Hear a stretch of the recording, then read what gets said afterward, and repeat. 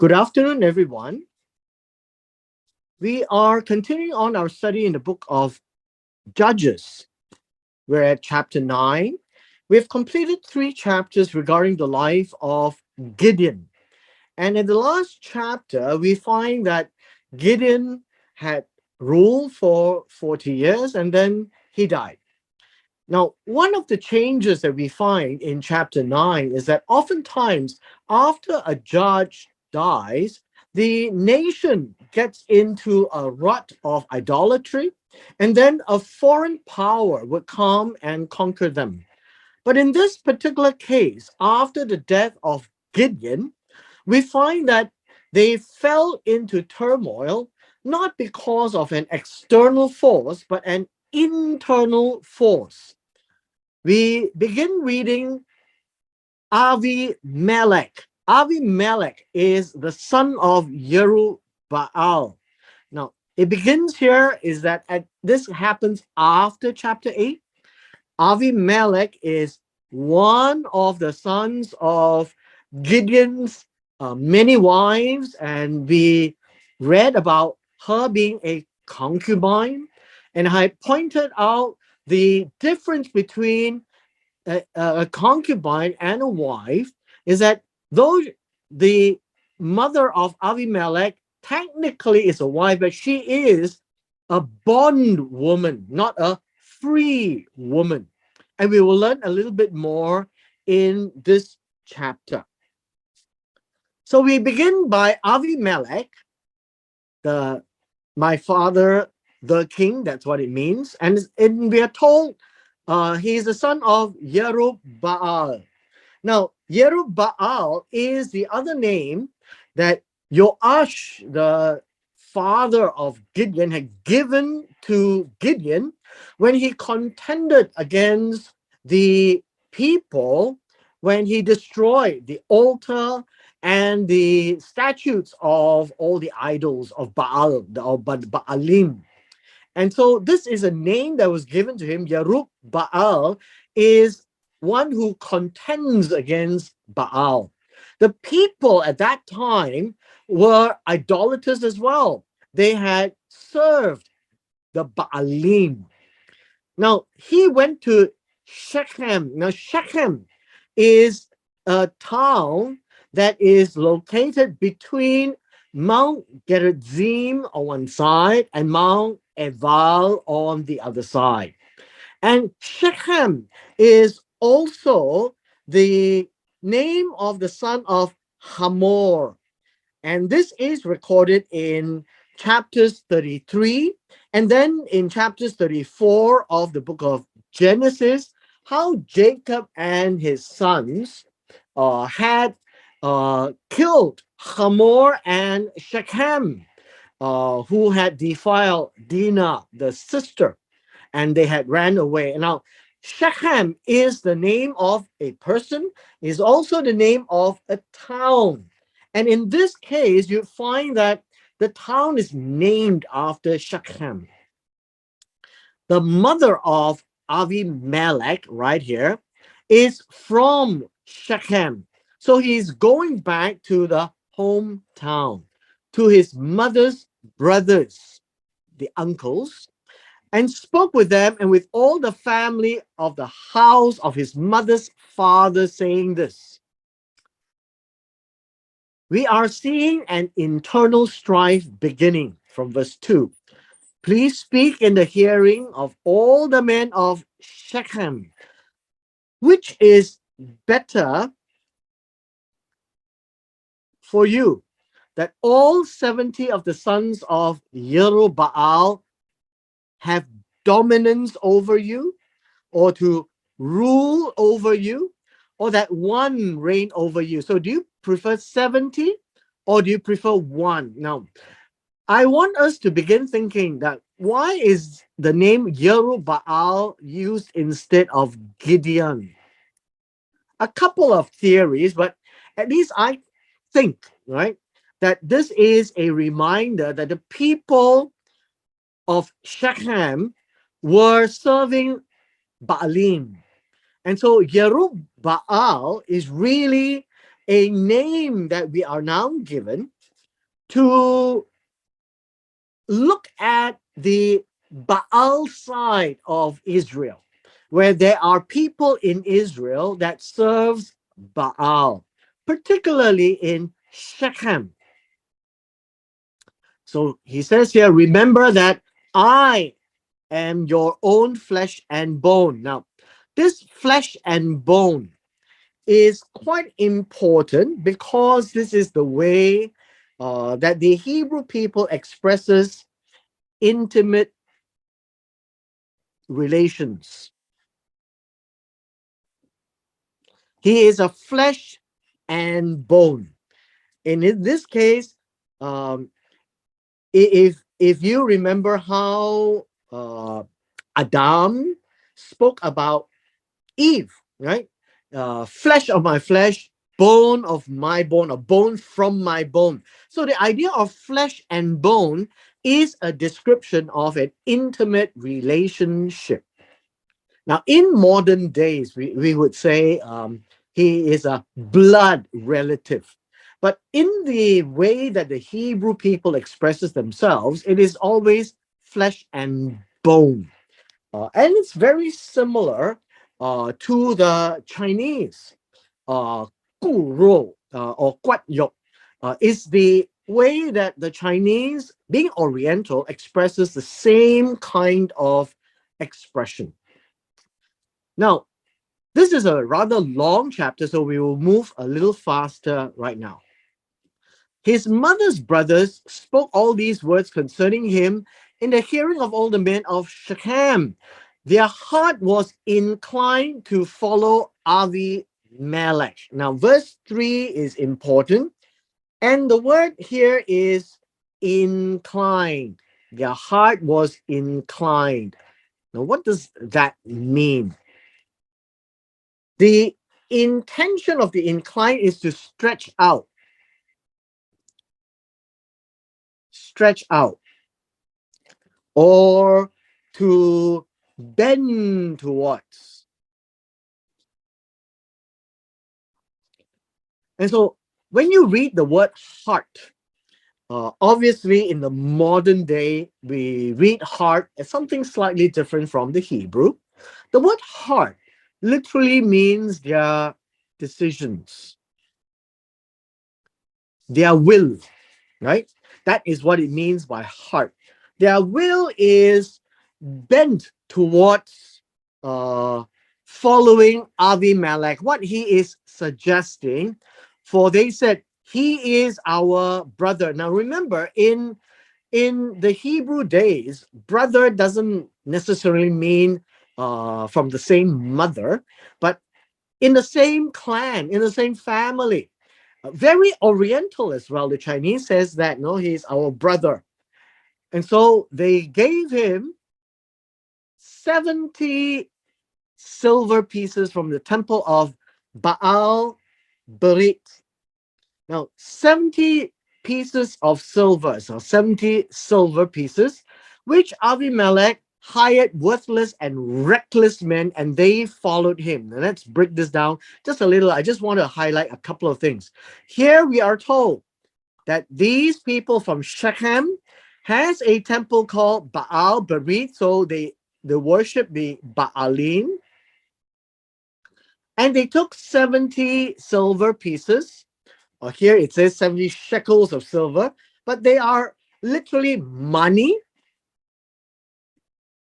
And there is a significance of 70 because it is regarding the 70 sons of Gideon. And so with that 70, what happened is that they had looked for worthless. Now, the idea of worthless, this would be void of ethics. The second word here is reckless. Reckless is something that you could say wanton.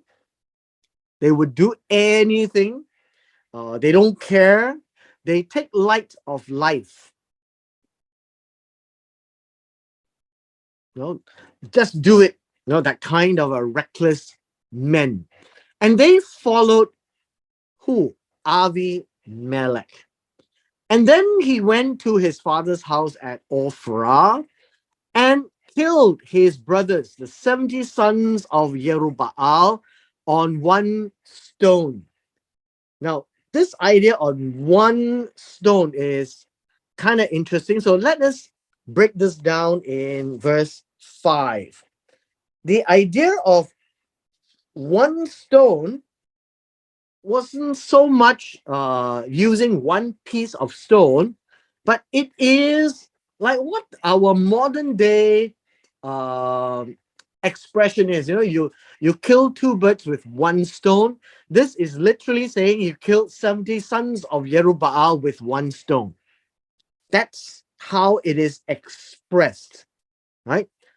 This is upon one stone, or and the idea is in one stroke they killed 70 sons of Jerubbaal. Now we need to understand there are no 70 sons. Now 70 sons also includes Avimelech. Uh, and we are also told that at this point in time, there's one more called Yotam. Now, Yotam is the youngest son of Jerubbaal, and he was left because he was hiding himself. So now we can safely say by this 70 sons, these are supposed to say all the sons of Gideon. But we know that Avimelech is there, Yotam is there, so there are 68 sons. But it is by expression all the sons, right? By expressions.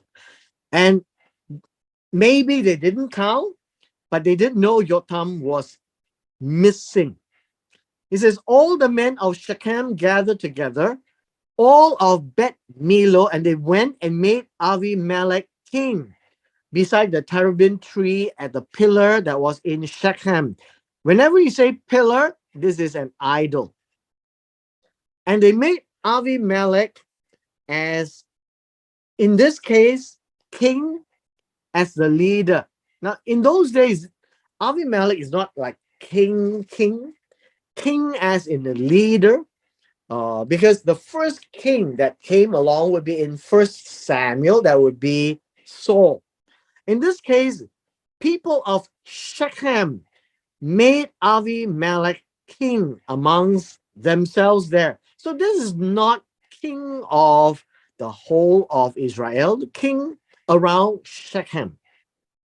Now, when they told Jotham, he went and stood on top of Mount Gerizim. Remember, Mount Gerizim is the place where uh, God had wanted blessings to be pronounced. And we read this also in Deuteronomy chapter 27, probably in verse 12, I think.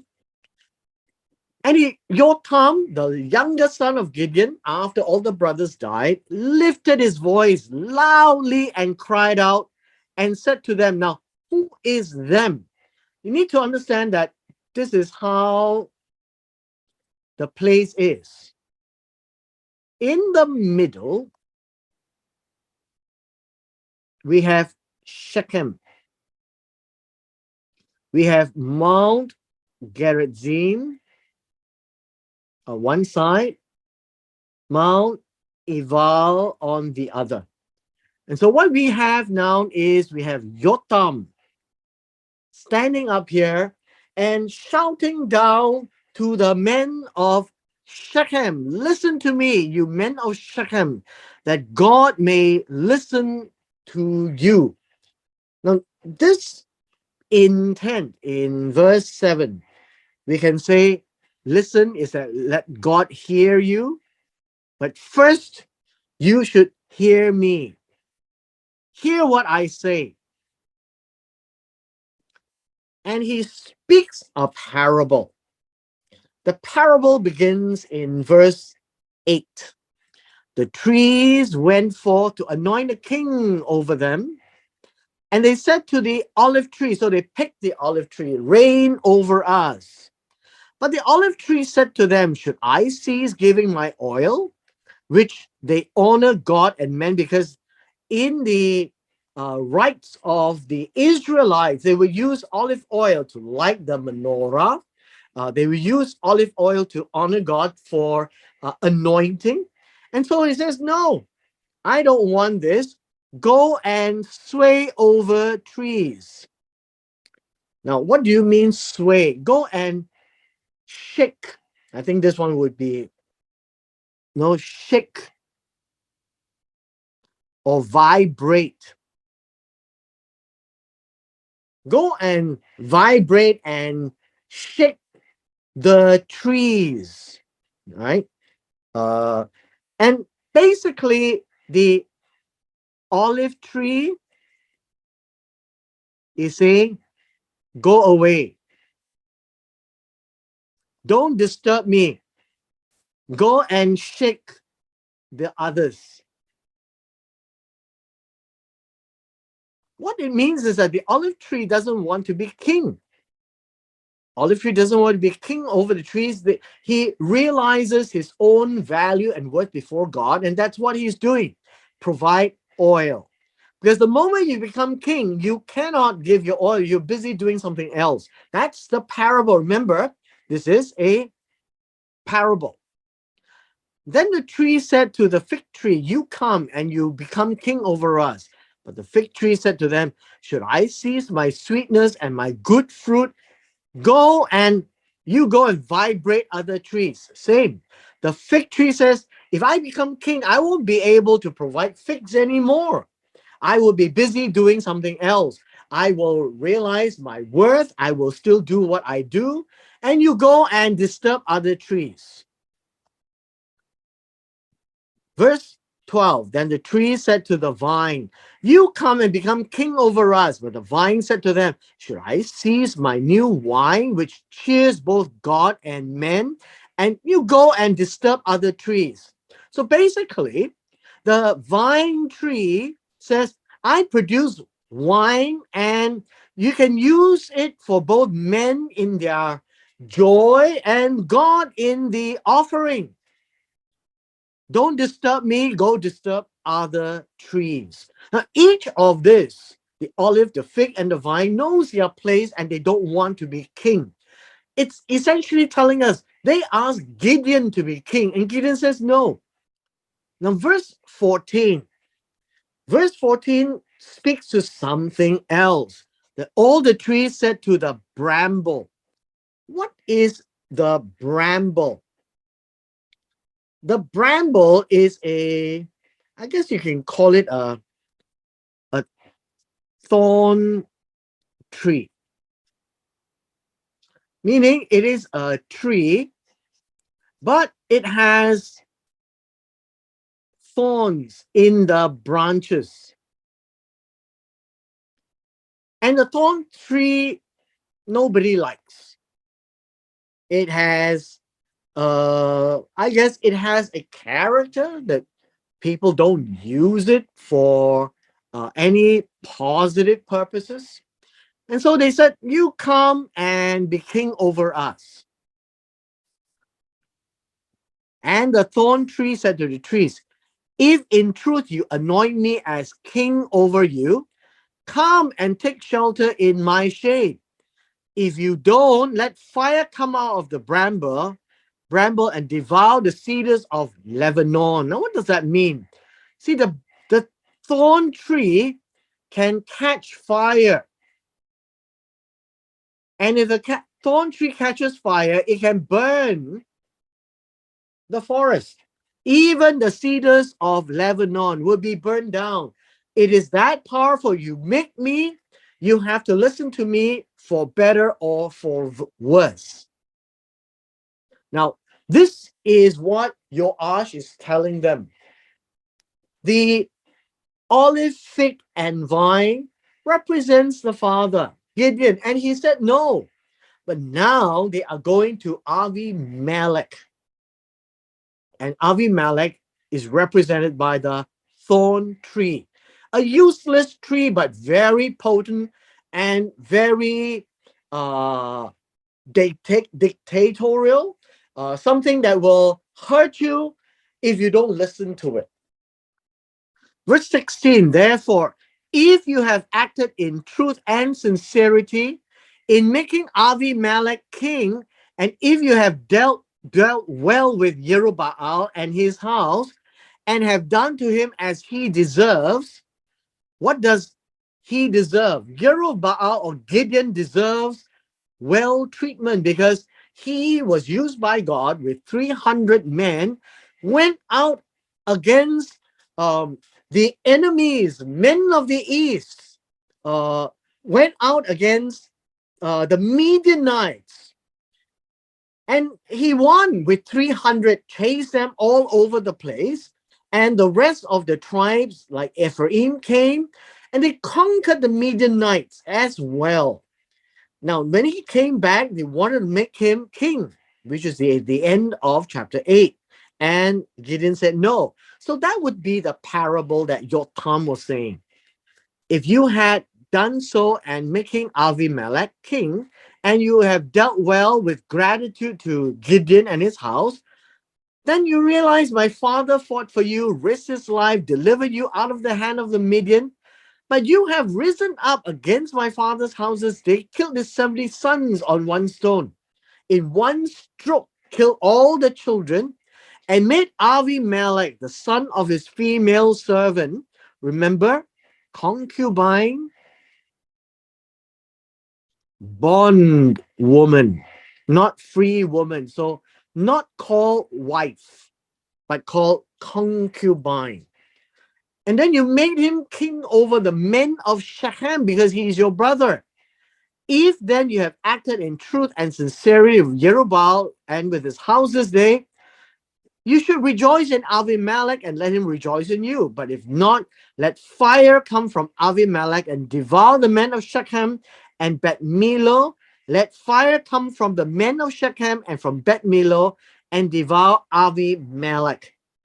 This is a curse that was pronounced on Avimelech and the men of Shechem. That there is no way you didn't really make Avimelech king in gratitude of Gideon. You made him by killing the descendants of Gideon. And then Jotham ran away, fled, and went to Beer and dwelt there for fear of Avimelech, his brother. Now, notice this is not king over all Israel, it's over Shechem and that area there. Now, we read Avimelech reigned over Israel 3 years. And this reigning over Israel is not really reigning like a king. It's, well, you can say it's unofficially, he was powerful, and the people of Shechem made him. And so what happened is that in that 3 years, after 3 years, God sent, and I want us to pay attention to this, God sent a ruach of ill will between Avimelech and the men of Shechem. And the men of Shechem dealt treacherously with Avimelech, that the crime done to the sons of 70 sons of Jerubbaal might be settled and their blood be laid on Avimelech alone, who killed them, and on the men of Shechem who aided him in the killing of his brothers. Now let's tear this apart and understand this carefully. In verse 22, we read that he reigned 3 years. How he reigned, we are not told. But in these 3 years might have been a very long 3 years, but probably did nothing because there was nothing that was mentioned about the 3 years. Now, after the 3 years, God sent a ruach, a wind, right? A wind of ill will. I want you to know that this ill will is evil. The Hebrew word is ra'ah. God sent an evil spirit, if you want to say that. Ruach ra'ah. What it means is God had sent a spirit being to cause evil. Now, what is evil? Remember, evil is from the eyes of the beholder. And so, in the eyes of Avimelech, he saw it as evil. The men of Shechem also sees it as evil. And so, this was perhaps an angel that was sent to toy between Avimelech and the men of Shechem and cause them to doubt each other and to deal with each other in a way where there is no more goodwill and trust. And so we are reading that they dealt treacherously, and the word treacherously here means deceitfully.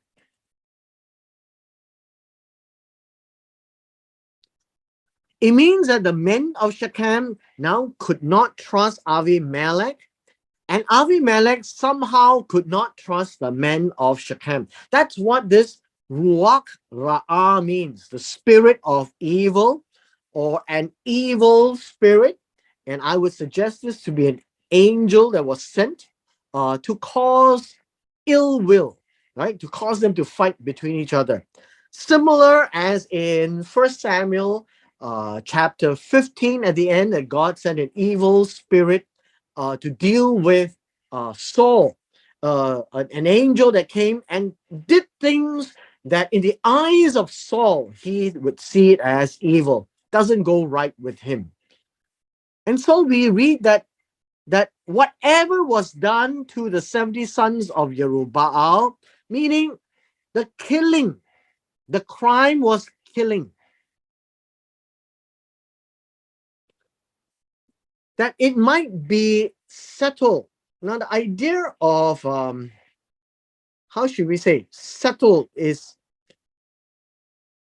so, how should we say, the this violence in verse 24 of the killing of them should be placed upon Avimelech, right? Should be placed upon Avimelech, who killed them. It was Avimelech with the 70 men that killed them.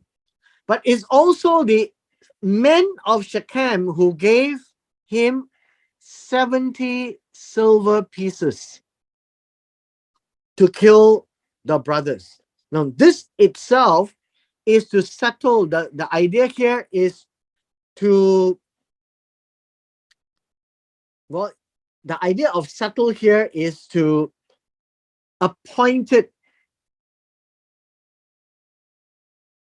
that is not over all the men of Shechem, but only on those who aided him, who helped him by giving 70 silver so that he has money to hire people to kill the brothers.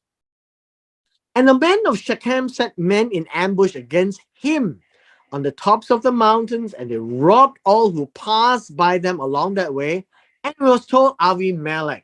Remember, he is like pseudo king, right?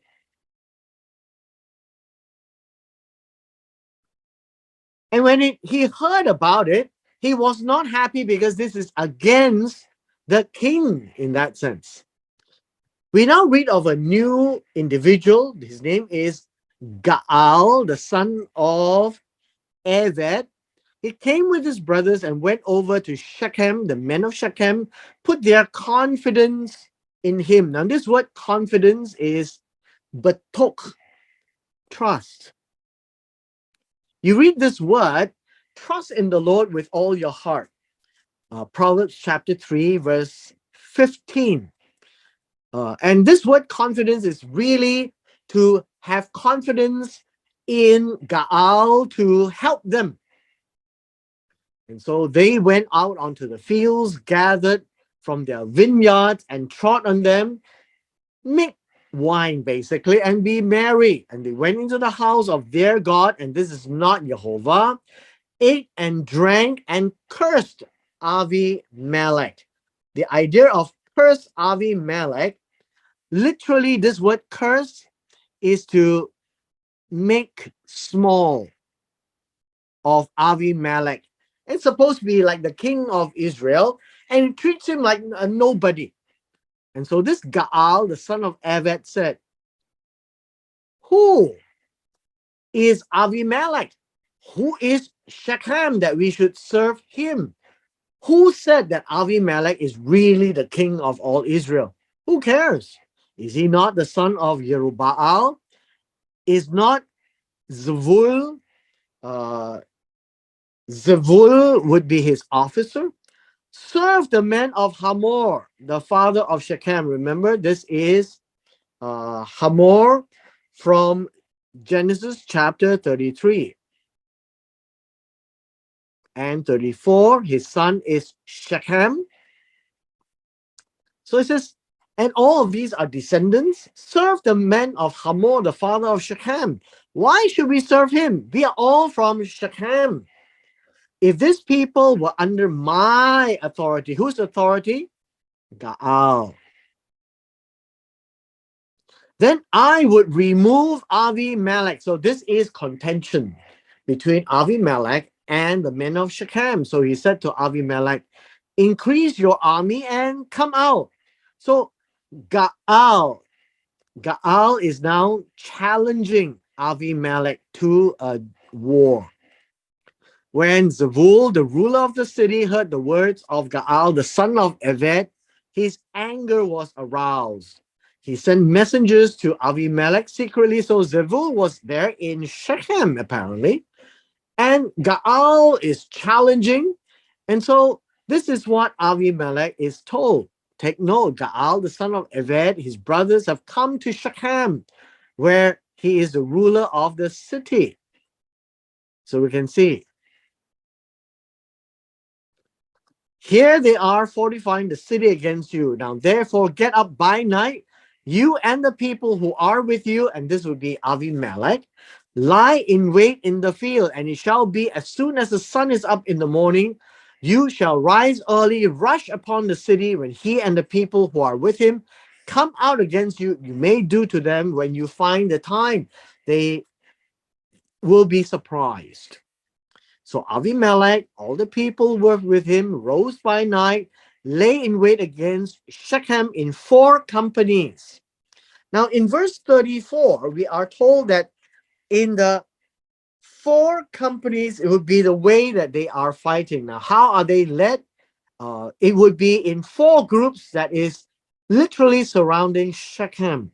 When Gaal, the son of Eved, went out and stood in the entrance of the city gate. Now, every time you read city, by the way, you should know that it is walled.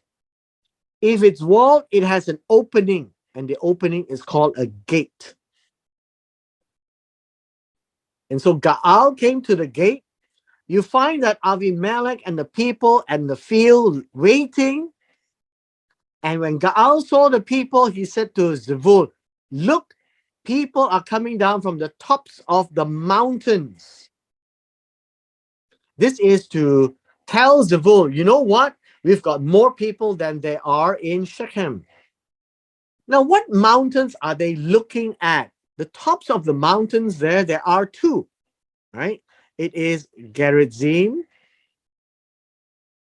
and Ebal. Got Ebal. But Zebul said to him, you see the shadows of the mountain as if they were men. And Gaal spoke again and said, look, verse 37. He says, you have to understand, look, the people are coming down from the center of the land. And another is coming from the terebinth tree, the plain of Me'onaim. And Zebul said to him, where indeed is your mouth now? Simply talk, with which you said, who is Avimelech that we should serve him? Why are you belittling Avimelech? Are not these the people whom you despise? Go out, if you will, and fight with them now. And these are the people that Gaal was mocking. So Gaal went out from the city of Shechem at the gate, leading the men of Shechem, and fought with Avimelech. And Avimelech chased him, and he fled from him, and many fell wounded to the very entrance of the gate. And Avimelech dwelt in Arumah. And Zebul drove out Gaal and his brothers so that they will not dwell in Shechem and they won't come back again. Verse 42. And then, after this, and then it came about on the next day, the people went out into the field and they told Avimelech. So he took his people, divided them into 3 companies, and lay in wait in the field. And he looked, and there were the people coming out of the city. He rose against them and attacked them. Then Avimelech and the company that was with him rushed forward and stood at the entrance of the gate of the city. The other 2 companies rushed upon all who were in the fields and killed them. So this fight is now between men of Shechem and Avimelech. So Avimelech fought against the city all that day, took the city, killed the people who were in it, demolished the city, and sowed it with salt. Now, this idea of sowed it with salt is really terrible because this makes the land untenable. You can't plant anything there, right? You can't plant anything there. Verse 46.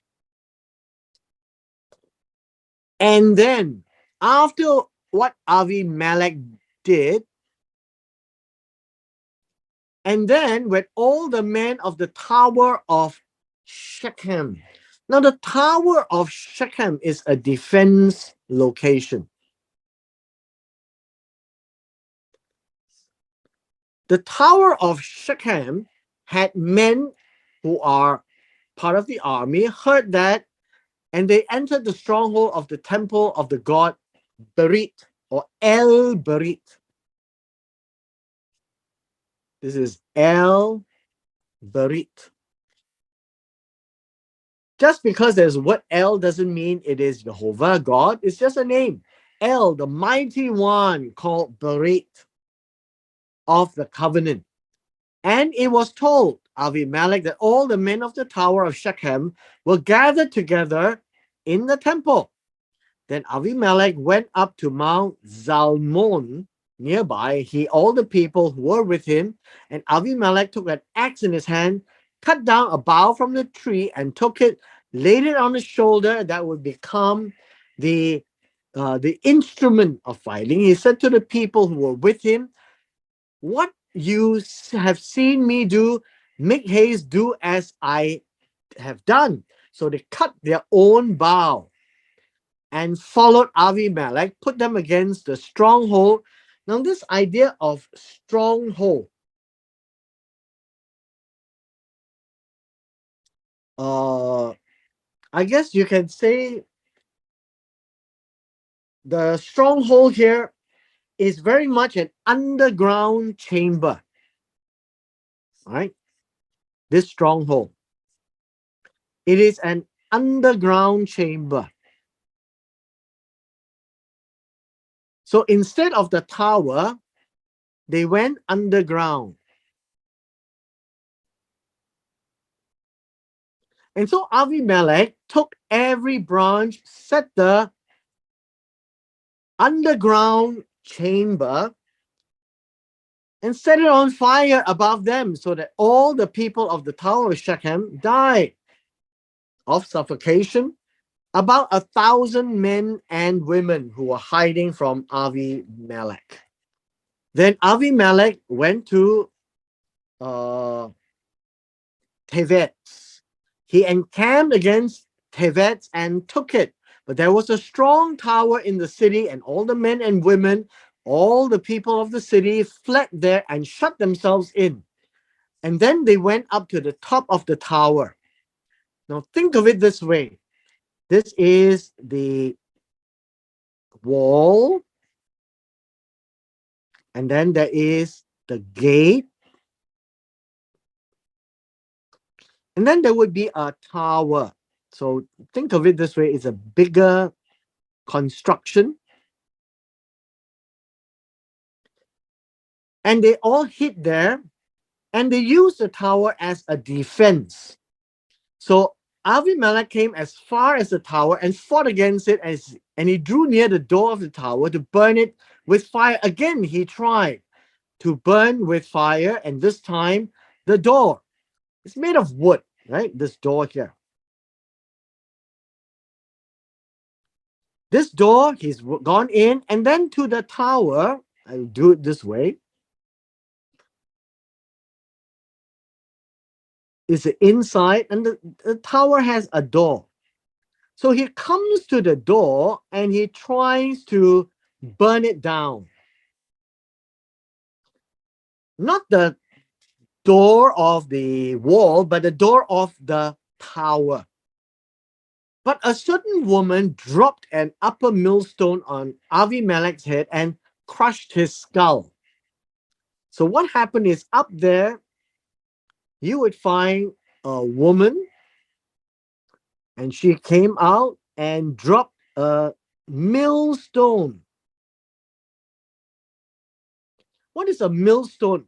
You find that a millstone is round and it is there to grind the grain. This is upper and it moves. The lower is fixed to the ground. So the upper millstone could be removed and then it was dumped onto the head of Avimelech. It's very much like a construction site having the crane dropped onto somebody. But in this case, it was the millstone, the upper millstone that fell on Avimelech's head. It seems that everybody could tell. Then he called quickly to the young man, his armor bearer, and said to him, "Draw your stone and kill me." Now, what does this mean? He hasn't quite died yet, but he knows he's about to die. He's crushed his skull and he's probably there lying on the ground. And with his last breath, he told his armor bearer, "Kill me, lest men say of me, a woman killed him." And that would be very embarrassing. And then the young man thrust him through and he died. In this case, well, you could argue that this is euthanasia, right? Assisted suicide. But whatever this is, he wasn't about to die and lose face. Now, you see, all of this is very Oriental. No man who is a hero, much less a king who goes to fight wars, want to be killed by a woman. A woman is seen in the culture as somebody who is weaker. It doesn't go out to war. She doesn't fight. She takes care of the home. And yet, if the mighty king, or so-called king, Avimelech, is actually killed by a woman, he would be a laughing stock. And when the men of Israel saw that Avimelech was dead, they departed, and every man went back to his place. They are very practical people. Avimelech died, no more war, because they had the war because of Avimelech. He died, every man went home. Verse 56. We read verse 56 in closing. Thus, and then. God repaid the wickedness of Avimelech. Now, what does this mean? This word repaid literally means cause to return. Caused to return. Caused to return the evil. The evil of Avimelech. What is this evil? He had done to his father by killing his 70 brothers. Now again, this is 68. Because Jotham and Avimelech is two of the 70 sons. And basically, we are seeing at the end of chapter 9, it reads that when Avimelech died, the way that the Oriental people read things, the Hebrew people read things is, well, serve him right. It's God repaying his evil. You need to understand that the ancient times, people have this thing in mind. In the book of Job, we can see when good is done, good will be repaid. When evil is done, evil is repaid. And when Avimelech died, it is as if his evil was repaid, and they were all pointed back to God. Now, did God cause this to happen? No. It is a way of reckoning that when good will be repaid by good, and when evil will be repaid by evil. And that's exactly how it's been done. The evil has been repaid. It is a way of speaking, associating this to God, to the heavens, because Avimelech has killed his father's uh, children by killing his brothers. And all the evil of the men of Shechem, the ones who have given 70 pieces of silver to Avimelech, God had also returned on their own heads. And so they also died. And on them came the curse of Jotham, the son of Jerubbaal, says that if you want the bramble, the thorn tree to be your king, well, you have to taste its thorns, the pain, and the fire that comes along with it. And they did. And so with this, we come to the end of chapter 9.